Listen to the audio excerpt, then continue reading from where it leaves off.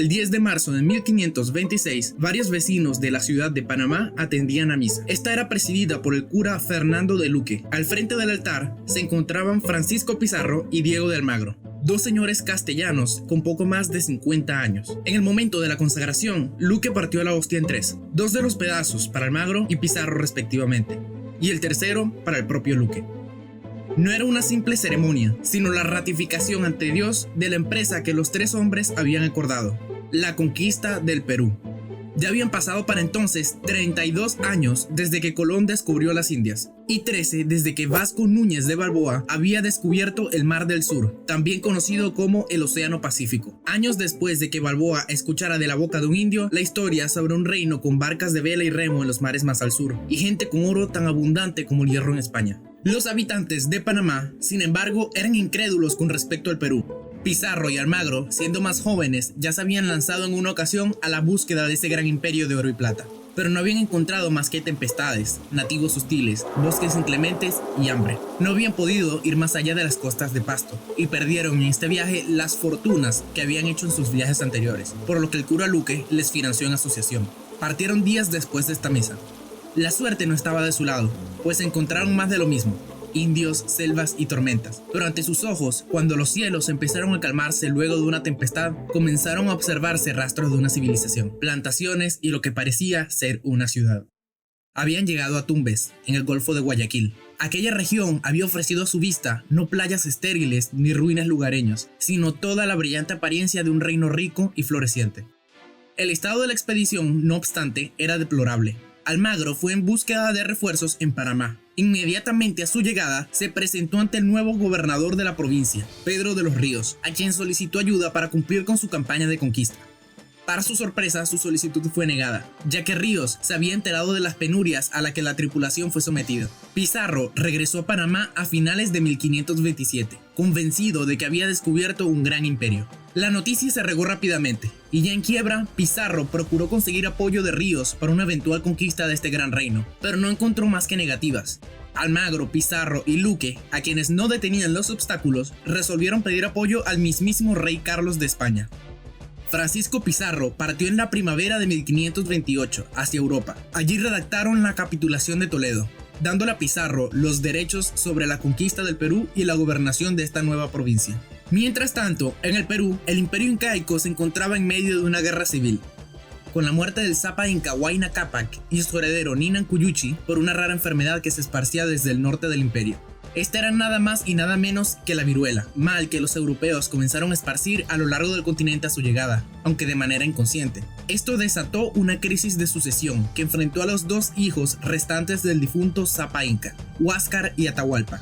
Atahualpa tenía el favor de las élites militares y controlaba la zona norte del imperio, mientras que Huáscar era apoyado por la nobleza cusqueña y controlaba el sur del Tahuantinsuyo y la capital, Cusco. Esto dividió las fuerzas del imperio y lo pusieron en una situación vulnerable en la cual enfrentar a los españoles. Huáscar perdió la batalla de Quipaypán y fue apresado por Atahualpa y sus soldados. El Tahuantinsuyo estaba a los pies de Atahualpa, solo faltaba llegar a Cusco para ser coronado como Zapa inca.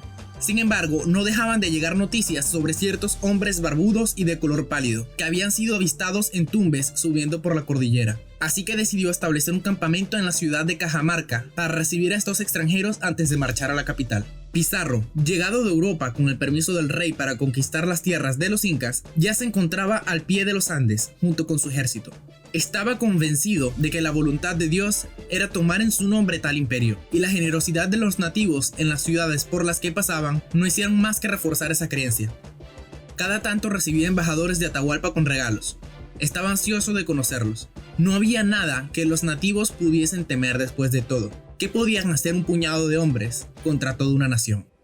A la llegada de los conquistadores a Cajamarca encontraron una ciudad desierta, pero sabían que el Inca se encontraba en Pultumarca, a las afueras de la ciudad. Hernando de Soto y Hernando Pizarro, hermano de Francisco, fueron enviados a entrevistarse con Atahualpa y a invitarle a Cajamarca. Llegaron a un campamento que tenía la apariencia de una ciudad. Jamás se habían visto tantas tiendas juntas en las Indias. Al fondo se encontraba la tienda del Inca. Aunque pequeña, se encontraba en medio de un bien cuidado jardín, con 2 pequeñas torres y 4 cuartos de piedra. A su llegada, un orejón, como se conocía a los nobles, fue a avisar al emperador de la llegada de los blancos, pero el tiempo pasaba y no había rastro de él. Esto hizo alterar a Hernando Pizarro.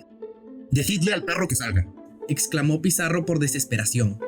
En su momento, Atahualpa apareció detrás de la tienda, dejando ver no más que su silueta, pero después de la insistencia de los españoles, en un momento de tensión, se rebeló, aceptando la invitación a Cajamarca. Juró no llevar soldados a su entrevista con los españoles, y aunque sí llevó consigo a poco más de 130 escoltas, ninguno estaba armado bajo sus propias órdenes.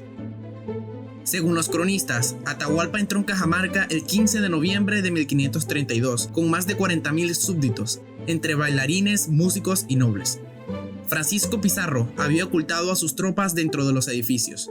Dividió la caballería e infantería en dos, y en la cima de la torre que se encontraba en medio de la plaza, Pedro de Candía guardaba los cañones. Atahualpa ingresó a la plaza cerca del atardecer, acompañado de un cortejo de entre 3,000 y 6,000 personas, mientras que el resto de su campamento esperaba a las afueras. Venía cargado en una litera decorada con plumas de papagayo, oro y plata, y junto a él otras 2 literas cargaban a miembros de la nobleza.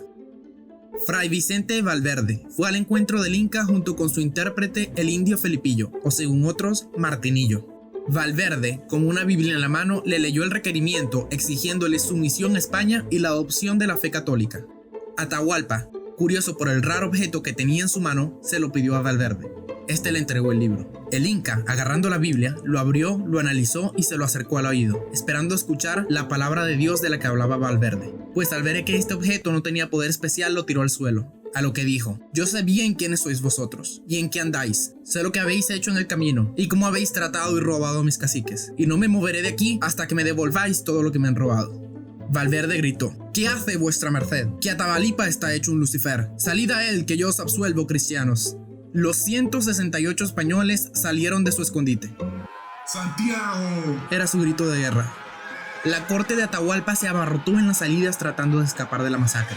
Los pocos soldados que acompañaban al Inca no tuvieron tiempo de reaccionar, y de haberlo hecho, hubiese sido inútil. El blanco era Atahualpa, y se habían dado órdenes de mantenerlo vivo a toda costa. La caballería se acercaba a la litera del Inca, y cortaban las extremidades de los indios que le sostenían para hacerlo caer y poder capturarlo. Pero cada vez que lo hacían, estos se volvían a levantar para sostener la litera con las extremidades restantes, y si morían, un nuevo súbdito llegaba a sostenerlo. En total, murieron aproximadamente entre 4,000 y 5,000 nativos y numerosos heridos. Según los cronistas, el único muerto del bando español fue un esclavo negro que los acompañaba. Cuando por fin Atahualpa cayó de su litera, cayó con él el legendario imperio de los incas y toda la civilización que venía detrás de él.